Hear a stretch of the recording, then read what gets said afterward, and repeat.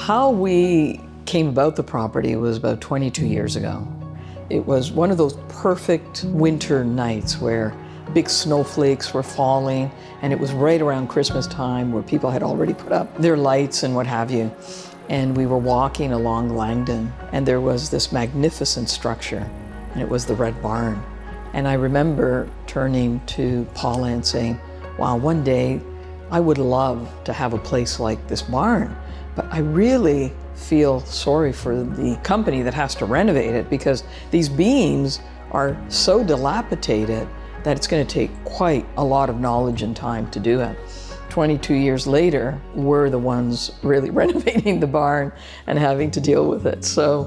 But it's been a labor of love. Team Barn is Paula Fleck and Elaine Cecconi, both of whom are my business partners.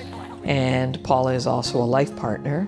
And it was she and myself that noticed the barn. In terms of their contribution to the barn, we would always come together and make sure that the direction it was going was something that we all collectively agreed upon.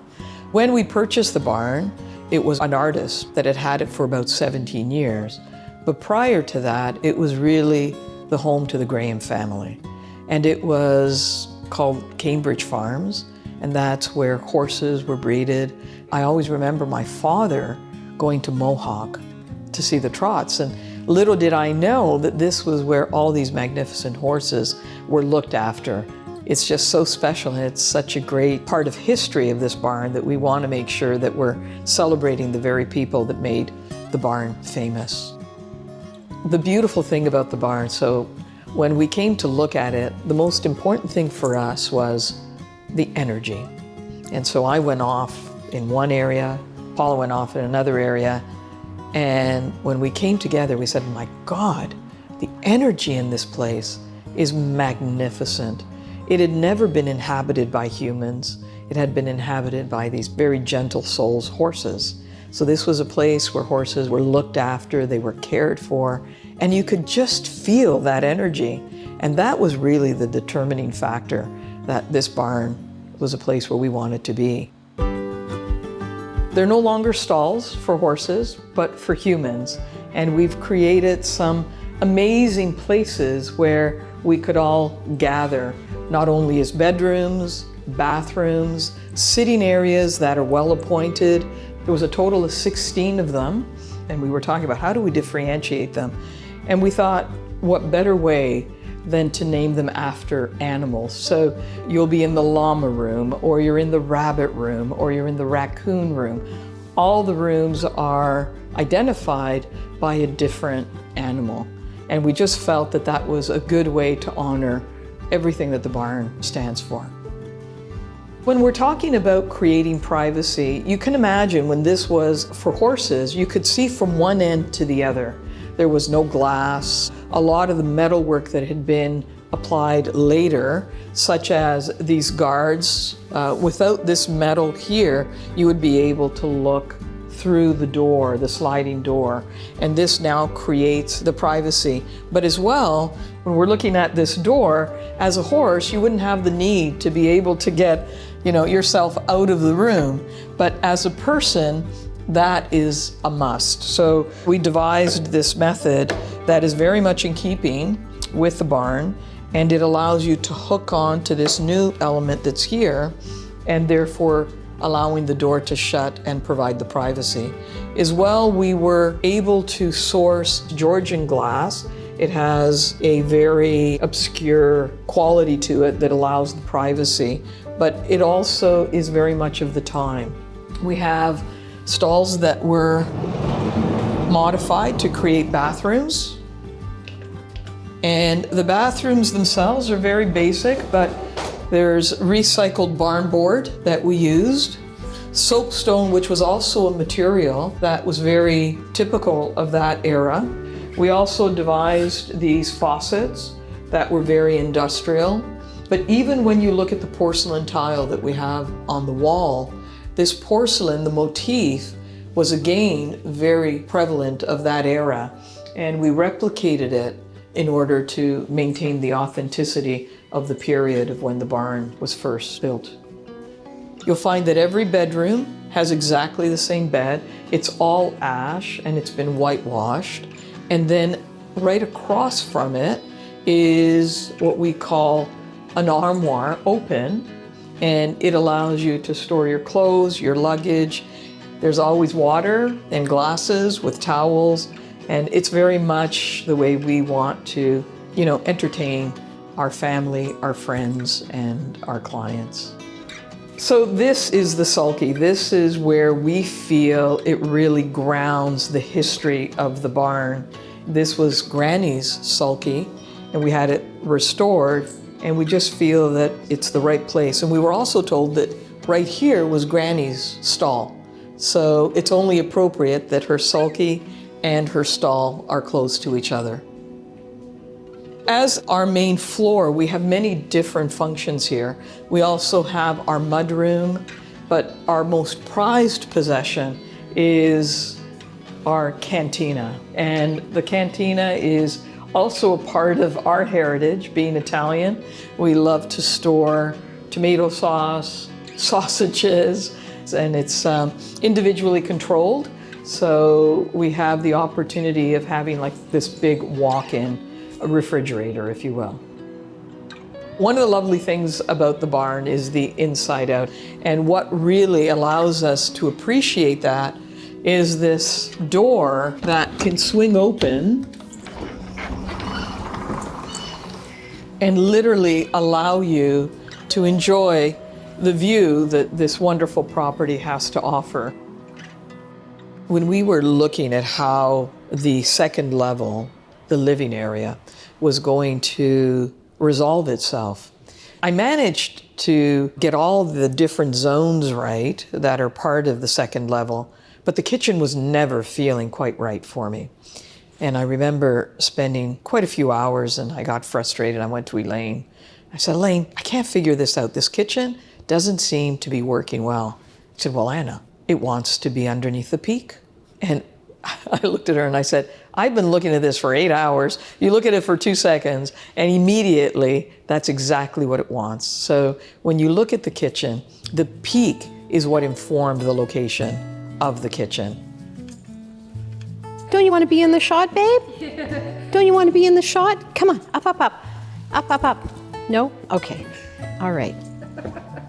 Okay, so tell me about this room and furnishing this room. So the really unique experience of furnishing this room was that, of course, we had to respect the scale, 33-foot ceilings, and we also had to respect the vastness of the space. The furniture that you see was actually custom designed by Cecconi Simone. So this sofa is about 18 feet long. It's actually the same length as the island, so that there's a wonderful kind of symmetry that occurs here. And the same with the coffee table. This is all made with original beams. It's extremely heavy, and it has a lot of metal that actually supports it. So it was interesting trying to even figure out the logistics of moving pieces in to the barn.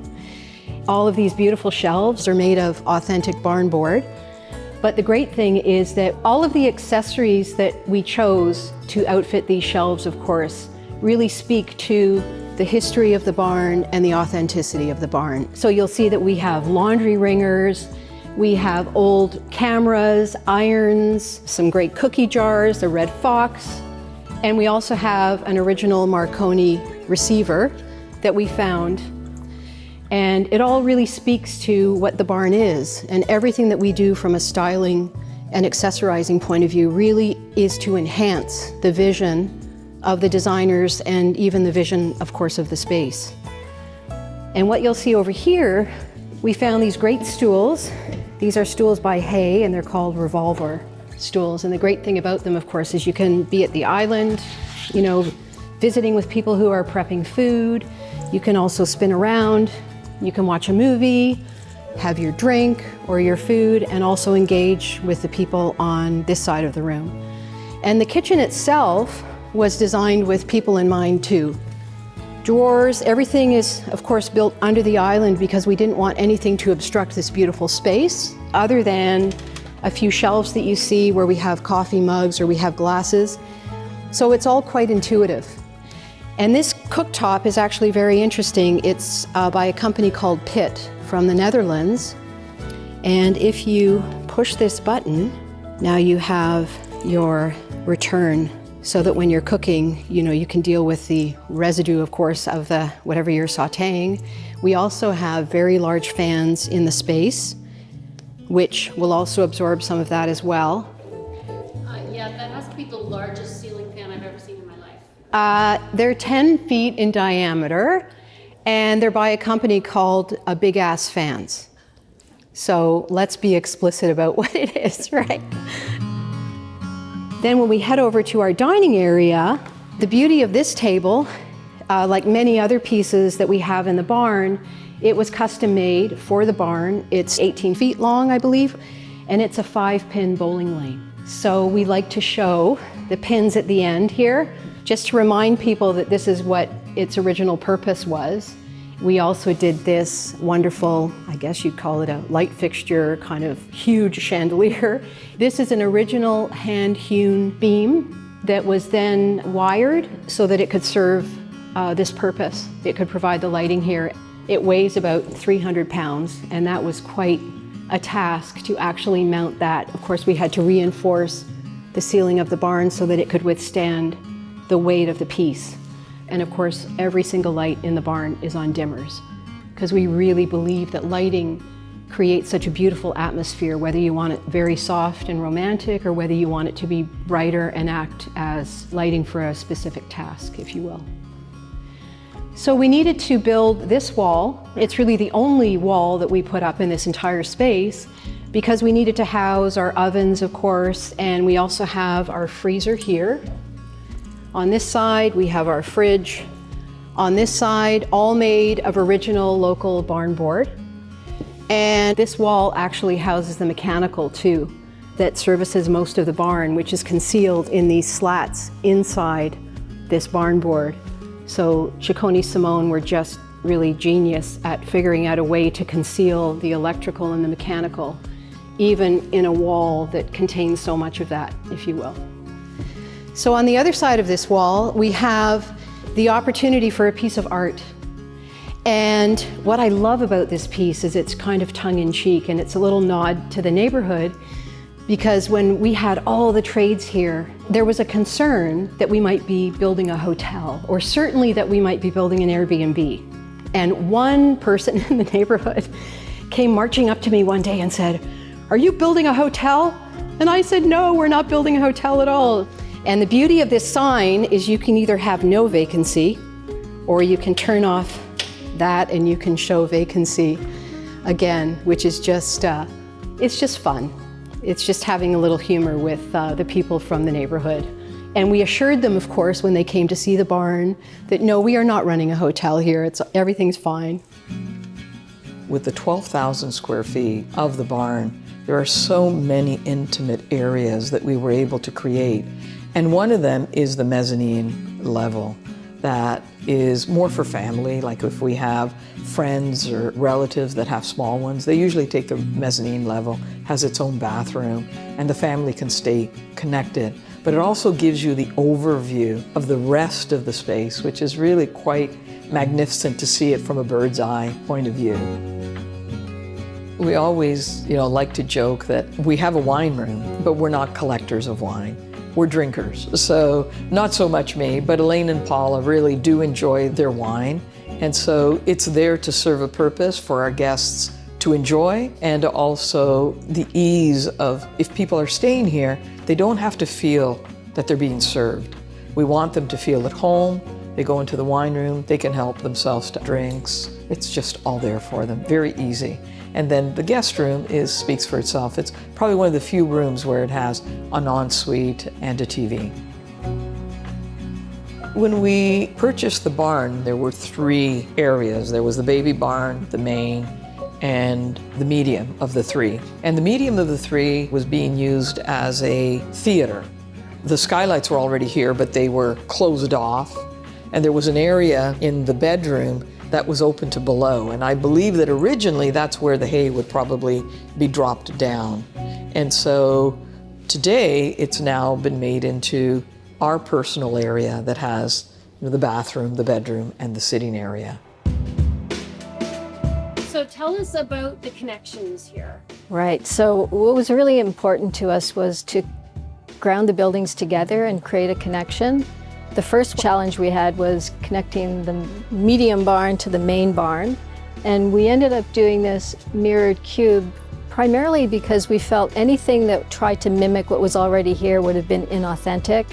It wouldn't have looked right. And we felt, let's do something that celebrates what's here and really features it. So you can see the whole courtyard, the planting, the trees, everything is reflected in that cube. So it makes it almost disappear, which was really the goal of the exercise. The other part of the exercise was really to connect the baby barn to the main barn. And we created this beautiful kind of gated perimeter. We've got the ivy on this side. This is a new wall here, also ivy. And we have our guardian here, who's sitting on a version of the baby barn. And we just love that it kind of greets people when they come to the place. And it's really this special moment when you walk through those gates. In the original barn, there was a big berm, basically earth that went up to the level of where the entrance is right now and the landing. The problem was we had too much water in the basement or the lower level of the barn, and the engineer said we can't have anything up against this wall. So we kind of took it as an opportunity to do something different. So we created this beautiful monumental stair, and the whole idea was to make it a processional experience when you go up into the main barn, but also to integrate some planting. At night there's lights underneath these steps, and so we just felt we really wanted to connect the buildings in a way that was really meaningful and became really the signature of the experience of entering the barn. So adjacent to the largest barn, we have what we call the medium barn, and this really is kind of our private area. And the beauty of this space is that it has 22-foot ceiling, but we've incorporated pickled pine. So you walk into this space and it almost has a bit more of a loft vibe to it, with the black windows, but the very pale millwork that's been incorporated in here. We still have a reference to the stables downstairs, of course, with the use of the Georgian glass. So that allows light to pass through into the bathroom and into the bedroom, but it also gives an element of privacy.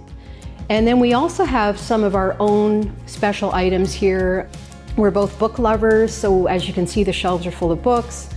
And then the one piece of art that we do have in this space is this authentic neon wall sculpture, Actually I Can, which I actually purchased for Anna. And the reason I love it is because she came from quite a traditional Italian family, where a lot of women were not really encouraged to excel and to running their own companies and so on and so forth, even getting a university education. So I loved this piece when I saw it because I thought she really has excelled in so many ways, and it really speaks to that. So along with this wonderful cowbell, that's really the only piece of art we have in the barn other than the motel sign that I showed you previously. What's the tree? So this tree is crazy. We had this tree commissioned by a gentleman that used to actually do the windows at Holt Renfrew many, many years ago. And we had seen another piece of his and we thought, we really want to have a Christmas tree that isn't a traditional Christmas tree, that's more of an art piece. So we actually commissioned this Christmas tree, which we decorate at Christmas time. And we say that every day is Christmas here because we have this wonderful tree.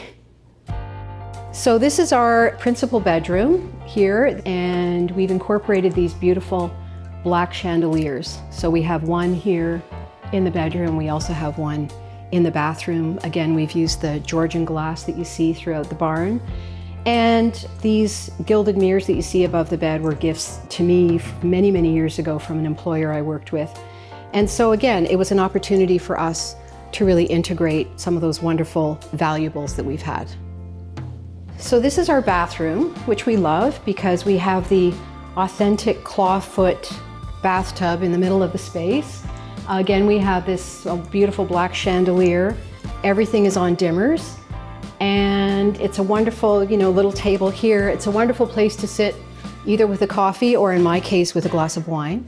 And the porcelain tiles here kind of mimic a flock wallpaper that one might see in a home dating way back. So again, there's a consistency with integrating elements that speak to the history of the barn, but that also allow this space to be so light and bright. So we love it. The barn really informed the direction. If you look at a lot of our work, we tend to lean more toward a more contemporary feel. But at the end of the day, it's really about the environment. And when we're dealing with heritage properties, we're very sensitive to the language that it delivers. And we wanted very much to use that narrative as we were designing. So we took our direction with the existing materials, the wood, the stone. We carefully looked at the narrative and then applied it in terms of the new that we would be bringing into the barn. So we are in the baby barn right now. So this is a private space that I occupy. We call it the baby barn because it's the smallest building on the whole property, and it's also the oldest building on the property. So it was built pre-Canada Confederation. So I think it was 1792 that it was built. We really worked hard to respect the architecture of the baby barn. When we came into this property, the floors were dirt. There was a ceiling that was about 6 feet high. You could touch it. These are all new walls. They've been built to look like the exterior of the baby barn, but in order to modernize the barn, we had to put an insulation.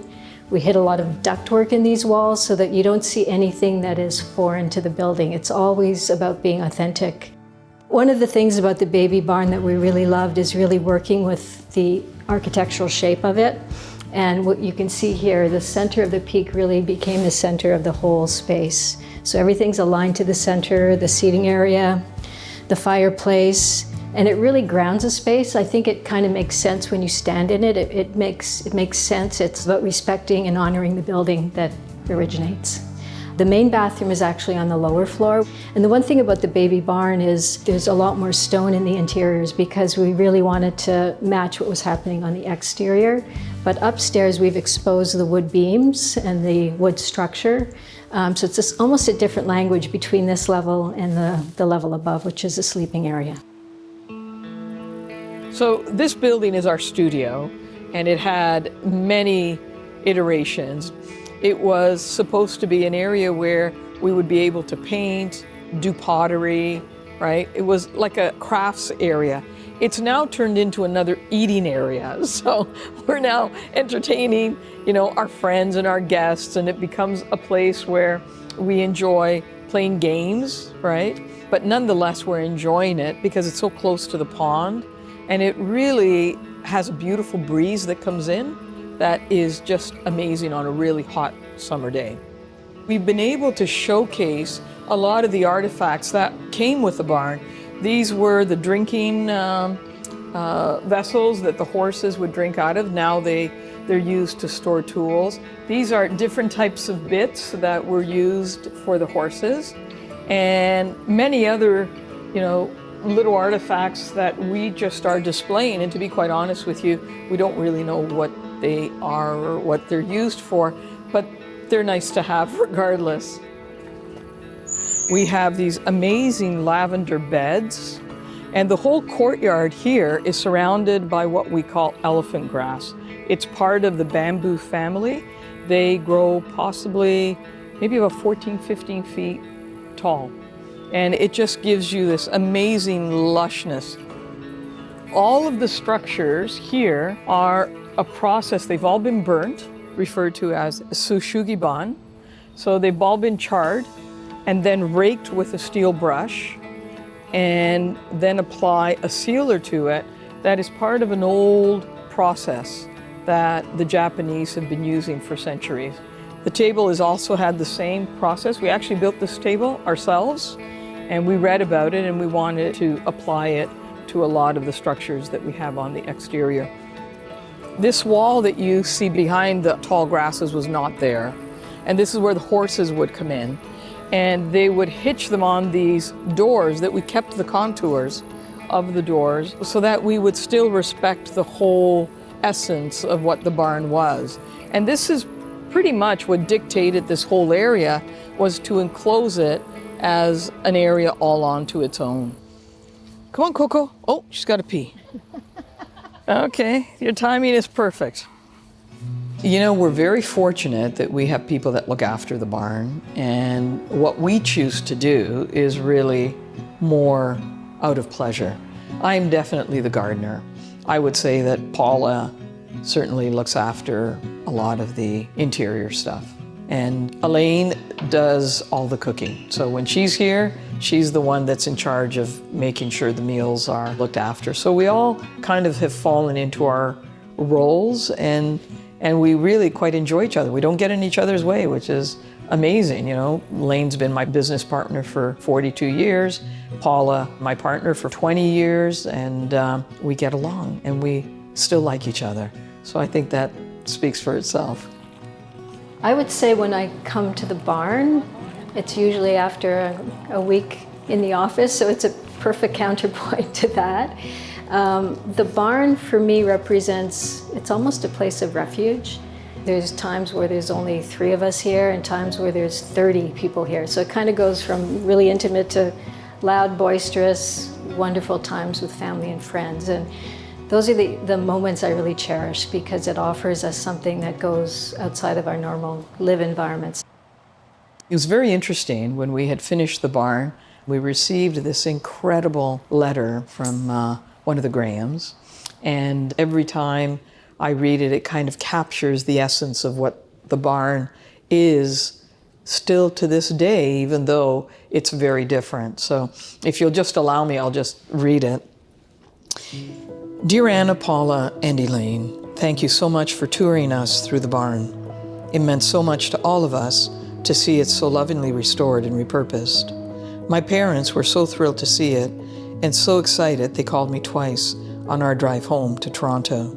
Suzanne and I love that you love it, but in a completely different way. The barn was always a very special family place, neighborhood place, and a quiet, reflective place. A place of hard physical work, a place of accomplishment, and a place of both sorrow and of true joy. I believe that's why it's grounded with great energy. As I toured through seeing all of your fabulous dining areas for humans, it made me smile and think of my grandfather, Pappy Graham. He would always come over to the barn at the end of the day, just as we were sweeping up the floor after feeding all the horses, and he would make us stop, be still, and just listen to the horses chewing their food. He called it his evening orchestra, and he would wave his arms in the air with a big smile on his face, like he was the conductor. Of course, as kids, we would just roll our eyes, laugh at him. So at the next gathering, when everyone is talking, laughing and eating, listen for the evening orchestra. I know you'll hear it. Is that not beautiful?